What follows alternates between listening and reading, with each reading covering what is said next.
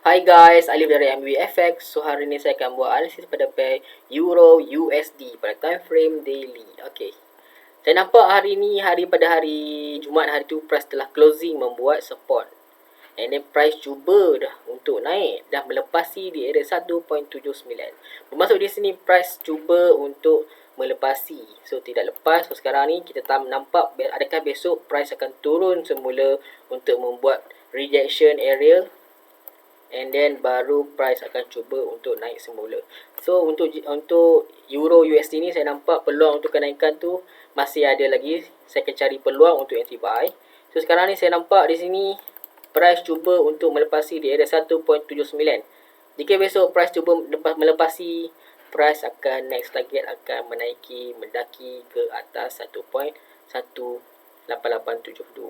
So peluang untuk kita entry sell tu adalah 100% ataupun peluang tu banyak, sebab kita nampak trend telah pun berubah, di mana kita nampak kita buka lancar trend line ni, kita nampak sudah pun breakout di trend line. So masa the price telah pun berubah dan telah melepasi trend line, dan price telah pun berubah sebanyak satu resisten dan dua resisten dan melebihi dua, dan price akan cuba untuk naik di atas untuk mencari area yang lebih tinggi. So saya akan cari peluang untuk entry buy pada keesokan harinya, melainkan price tidak melepasi, price turun semula. So saya akan hold dulu posisi saya, sama ada price akan turun semula ke bawah support ini ataupun tidak. So untuk besok saya akan cari peluang untuk entry buy.